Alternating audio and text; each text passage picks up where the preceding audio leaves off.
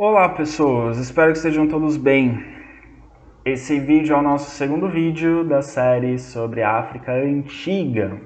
No primeiro vídeo a gente falou sobre o reino de Kush e da sua relação com o Egito. Nesse vídeo a gente vai falar um pouco da diversidade da África. A gente vai falar um pouquinho, de modo geral, da diversidade de paisagens, da diversidade de climas, da diversidade étnica do continente africano e vai terminar falando de uma das civilizações que surge na antiguidade aí no continente africano, que vai dar as bases para povos e reinos que a gente vai estudar mais adiante quando for estudar a Idade Média. A gente vai falar um pouquinho das paisagens do continente africano. Uma das paisagens mais importantes do continente africano é o deserto do Saara, que está representado aí por essa mancha vermelha ao norte do continente africano.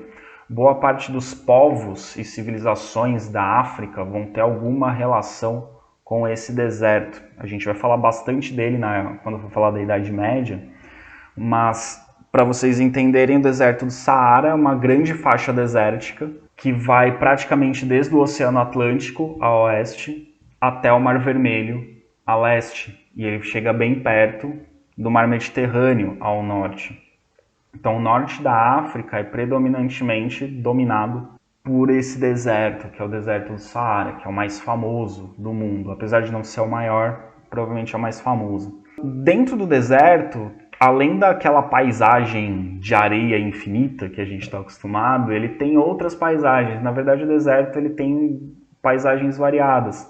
Ele tem áreas com pedras, maciços de pedra, ele tem áreas com dunas de areia, uma areia mais fininha e branquinha e fofinha.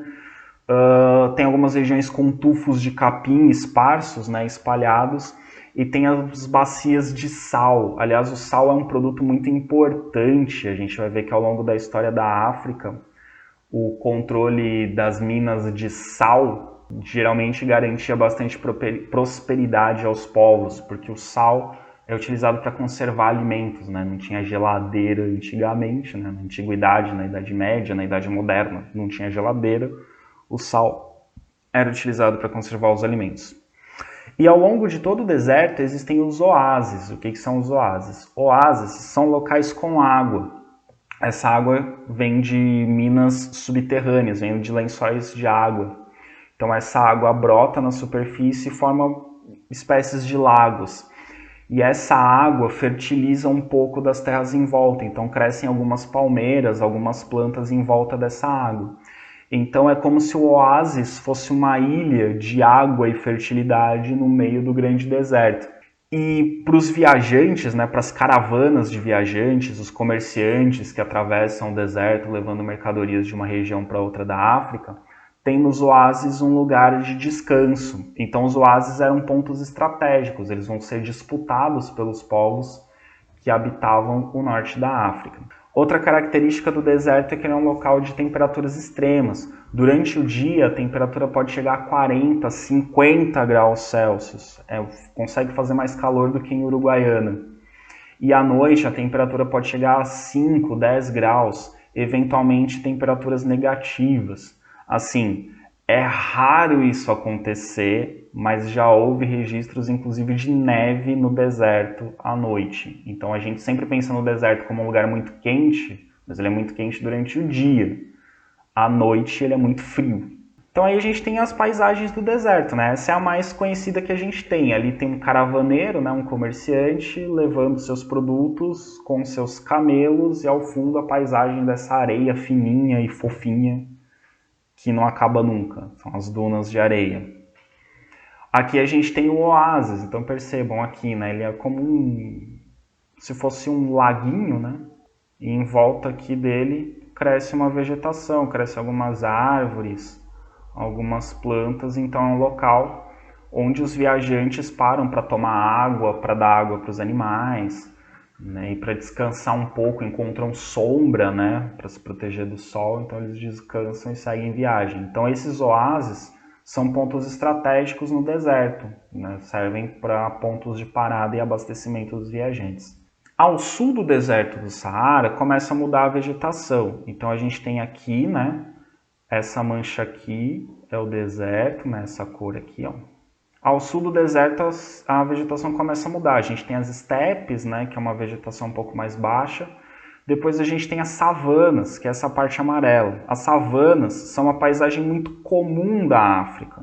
Então, logo abaixo aqui do deserto do Saara, esse amarelo aqui, savanas.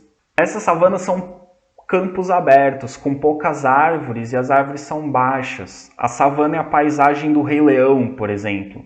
E é uma vegetação que lembra bastante o cerrado brasileiro. Lembra, sim, mais ou menos o cerrado brasileiro. Então são campos abertos, com poucas árvores, árvores distantes umas das outras e árvores mais baixas. A gente tem também a vegetação das estepes, que é uma vegetação rasteira com tufos afastados, né? Uma vegetação bem baixinha. Em alguns pontos tem alguns tufos com uma vegetação um pouquinho maior em alguns lugares. As manchas verdes aqui no centro da África são florestas. A mancha mais escura é a floresta equatorial. E essas florestas africanas têm árvores muito grandes. Essas florestas no centro da África, elas são semelhantes à floresta amazônica, por exemplo. Elas estão mais ou menos na mesma faixa, né, ali, região equatorial.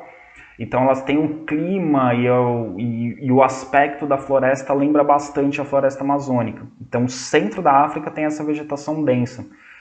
É comum as pessoas imaginarem a África como um grande lugar de desertos e savanas, mas também tem as estepes, também tem uma densa floresta ali no centro da África. No sul da África também tem umas faixinhas aqui de floresta. Na ilha de Madagascar também temos aqui uma outra faixa de floresta. Então a África também tem grandes e importantes florestas. O clima da África é predominantemente tropical, quente e úmido. E as estações do ano na África não são assim, na maior parte do continente não são bem definidas, como é aqui em Uruguaiana, por exemplo, que as estações são um pouco mais bem definidas. Lá, geralmente, as estações são mais divididas entre estação seca e estação chuvosa. Uma época do ano chove mais, uma época do ano chove menos. É mais nesse sentido a divisão das estações na maior parte do continente africano. Claro que mais ao norte do continente, mais ao sul do continente, tem estações mais bem definidas, mas a maior parte ali, a área central da África, é mais dividida entre época de seca e época de chuva. Também tem algumas regiões da África com planaltos, e esses planaltos têm uma temperatura suave o ano todo, não tem um clima tão extremo. Essa região aqui que eu estou circulando, por exemplo, é uma região com alguns planaltos, é perto ali do reino de Kush, e onde na Idade Média vai surgir o reino de Aksum, né, posteriormente. Também tem algumas montanhas na África com cumes de neve eterna. Então aqui, ó, esse marrom mais escuro está aqui marcado vegetação da montanha. Então aqui a gente tem, ó, em alguns pontos da África, onde eu estou circulando agora, algumas montanhas bem altas, e essas montanhas bem altas têm neve o tempo todo, né? Devido à altura ali, a temperatura fica um frio mais rigoroso, então tem neve constante. Então percebam que a África é um continente com paisagens bastante variadas. Então aqui imagens, né, as estepes que eu tinha falado, né, uma vegetação bem baixinha com alguns tufos espalhados. As savanas, que é a paisagem do Rei Leão, a vegetação rasteira com algumas árvores pequenas. Floresta, uma floresta densa, floresta equatorial, né? Uma floresta bem fechada, com árvores bem altas. Então tem todas essas paisagens estão presentes no continente africano. E essa diversidade de paisagens leva a uma diversidade de povos e culturas no continente africano. Então, o continente africano, que a gente associa normalmente a um povo negro, na verdade, existem vários tipos de negros na África e também existem povos brancos na África. Então, existem pessoas com tons de pele dos mais variados, desde os mais escuros aos mais claros, e todos são africanos. Na África, ainda hoje, são faladas cerca de 1.250 línguas diferentes, línguas originárias dos povos antigos da África e que ainda são faladas. A maioria dos africanos fala pelo menos 2 línguas. Fala a língua do colonizador, né? A África passou por um período de colonização europeia, então todos os países africanos adotaram alguma língua europeia. Mas além dessa língua de origem europeia, ele fala uma língua do seu povo, uma língua local.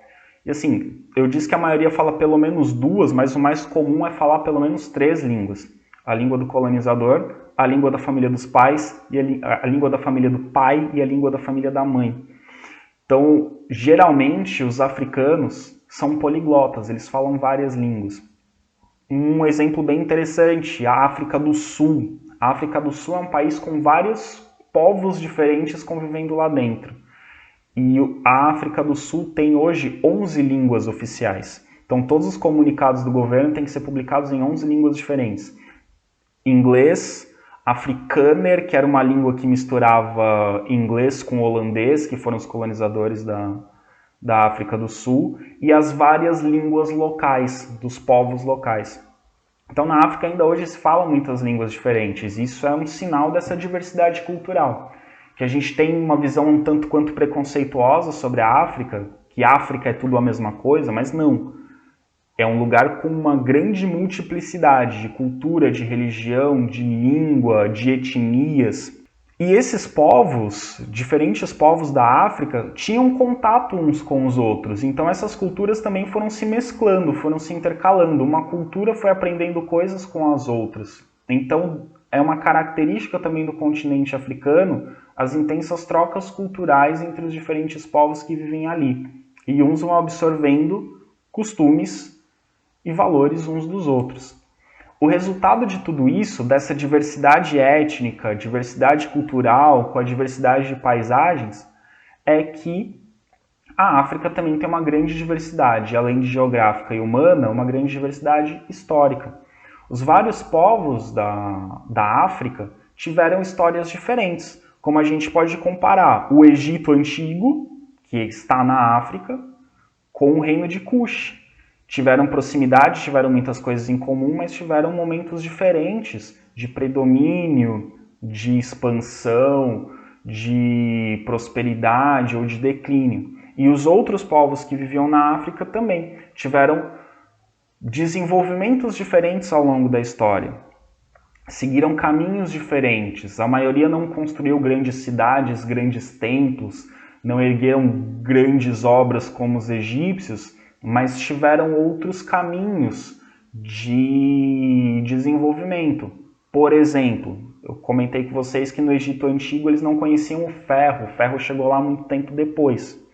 Outros povos africanos dominavam muito bem o ferro, desenvolveram muito a metalurgia, como por exemplo a civilização que a gente vai ver daqui a pouco.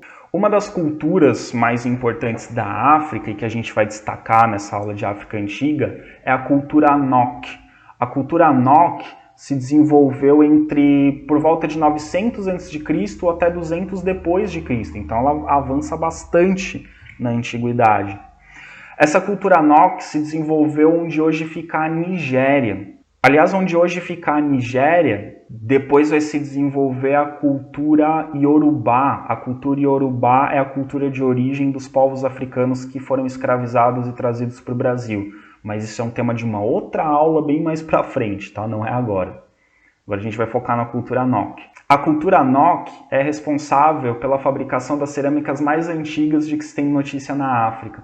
Então, antes mesmo dos egípcios, por exemplo, dominarem a cerâmica, a cultura Anuak fazia cerâmicas. Os egípcios não faziam exatamente cerâmica, eles faziam objetos de barro.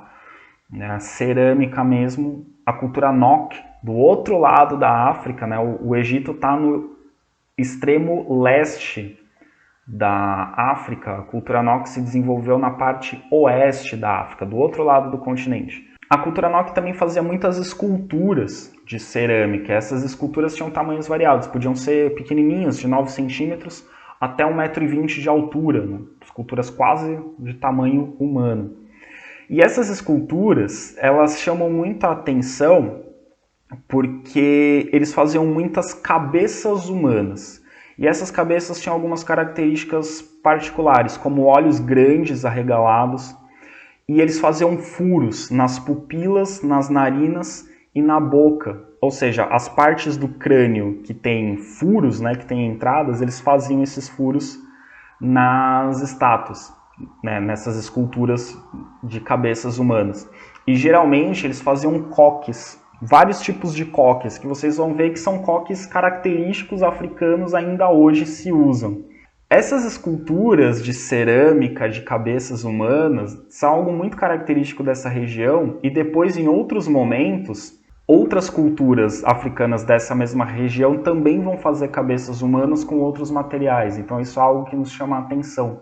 Essas esculturas tinham rostos únicos e individualizados, ou seja, não tinha duas esculturas iguais. É como se cada escultura fosse uma pessoa mesmo, como se cada uma fosse alguém, tivesse uma personalidade própria. E uma das coisas que nos intriga é que a gente não sabe ao certo para que elas serviam.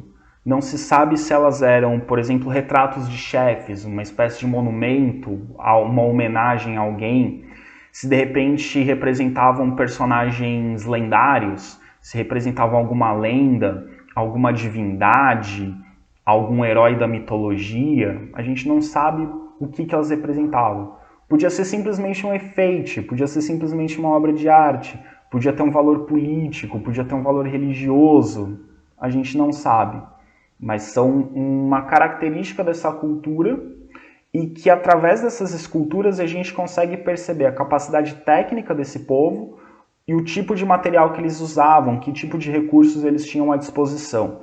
Então aqui a gente tem algumas dessas esculturas, tá? Não são formas humanas perfeitas, né? Como eu falei, tem os olhos arregalados, mas chama a atenção esses furos, que a gente não sabe se tem algum significado religioso, alguma questão prática, mas enfim. Geralmente eram cabeças, às vezes além da cabeça, o restante do corpo, mas de forma um pouco estilizada. Aqui, né? Como essa daqui, por exemplo, tinha o corpo todo, mas o restante do corpo um pouco desproporcional, de forma estilizada. E aqui, né, os furos que eu falei, os furos nos olhos, nas narinas e na boca, né, que são as partes do crânio que tem entradas, né? Não faziam dos ouvidos, mas enfim, as partes do crânio que tem entradas, exceto os ouvidos que eles não faziam. E como eu havia dito, nessa região o ferro era abundante. Talvez um dos motivos para os egípcios não terem desenvolvido a metalurgia, não terem usado ferro, é porque não tinha minas de ferro no Egito. E eles acabaram não tendo contato com esse material. Já onde surgiu a cultura Anuak, havia muitas minas de ferro. Então, eles tinham muito contato com o ferro e aprenderam a metalurgia, aprenderam a utilizar o ferro e faziam muitos instrumentos, muitos utensílios de ferro. Faziam lâminas, faziam pontas de lança, faziam pontas de flecha e também não só, né, armas e instrumentos, utensílios do dia a dia, mas também faziam objetos de decoração, joias, como pulseiras e tornozeleiras. Os historiadores e os arqueólogos não sabem ao certo se a civilização Anuak, se a cultura Anuak, desenvolveu sozinha a metalurgia, se eles encontraram ali o minério, né, do ferro, o minério de ferro, e aprenderam sozinho as técnicas de como trabalhar com isso, ou se eles aprenderam com os cuxitas. Os cuxitas da cidade de Meroe, né, daquele segundo momento após a saída deles do Egito, estabeleceram contato comercial com a cultura Anuak. E alguns historiadores acham que esse contato comercial dos cuxitas com a cultura Anuak fez com que os cuxitas que sabiam trabalhar com ferro tenham ensinado a cultura Anuak a trabalhar com ferro. Mas, de qualquer forma, a cultura Anuak desenvolveu ainda mais a metalurgia. Eles se tornaram exímios artesãos de ferro. Ou outra possibilidade, talvez seja ainda mais impressionante, é que os fenícios, que é um povo que a gente vai estudar mais adiante, que era um povo de comerciantes, que viajava por vários lugares do mundo, pode ser que esses fenícios tenham tido contato com a cultura Anuak, tenham sabido que eles tinham minério de ferro lá, e nesse contato comercial para buscar o ferro lá do oeste da África, eles acabaram ensinando esse povo a também trabalhar com o ferro, né? Não só fornecer o ferro para eles, mas também a trabalhar. Então a gente tem essas três hipóteses. Ou eles aprenderam sozinhos a trabalhar com ferro, a própria cultura desenvolveu metodologias para trabalhar a metalurgia, ou eles aprenderam com outro povo da África, os cuxitas de Meroe, ou eles aprenderam com um povo de fora da África, os fenícios. Independente de qual tenha sido o jeito, a forma com que eles aprenderam a trabalhar com o ferro, eles foram provavelmente os responsáveis por difundir o ferro para o leste e para o sul da África. Então, a partir de Enoch, o minério de ferro ia sendo levado para outras regiões da África. Então, toda a África, toda a região da África que teve desenvolvimento da metalurgia, que teve desenvolvimento do trabalho com o ferro, trouxe esse ferro, ou começou pelo menos a trazer esse ferro da região onde existia a cultura Nok. Então eles foram os grandes difusores da utilização do ferro no continente africano. E o ferro, ele é extremamente importante para o desenvolvimento de várias civilizações na antiguidade, porque o ferro permite fazer ferramentas e instrumentos mais resistentes. Então a cultura Nok teve esse papel estratégico, esse papel importante no desenvolvimento de diversas culturas ao redor da África. E é isso, pessoal. Com esse vídeo aqui falando sobre a cultura Nok, a gente encerra a parte de África Antiga. Claro, tem muito mais coisa que daria para falar sobre as civilizações antigas da África, mas o tempo que a gente tem no ensino médio para trabalhar com a África Antiga é esse. A gente vai voltar a falar da África na Idade Média, a gente vai falar dos reinos africanos contemporâneos da Idade Média Europeia. E lá na história contemporânea a gente vai falar de novo da África, da colonização africana e da descolonização da África, da independência dos países africanos. A África vai aparecer em alguns momentos. E a gente também vai falar, quando for tratar de história do Brasil, da influência africana na cultura brasileira, da vinda dos escravos africanos, mas também da vinda da cultura, de ideias religiosas, enfim. A gente vai falar em outros momentos da África ao longo do ensino médio. Espero que tenha sido proveitoso para vocês, espero que tenha sido útil e a gente se vê nos próximos vídeos, que a gente vai continuar falando sobre a história antiga, mas vamos seguir para outros povos. A gente vai falar de hebreus, vai falar de fenícios, vai falar de persas, ainda tem bastante coisa de história antiga para a gente ver. Até mais!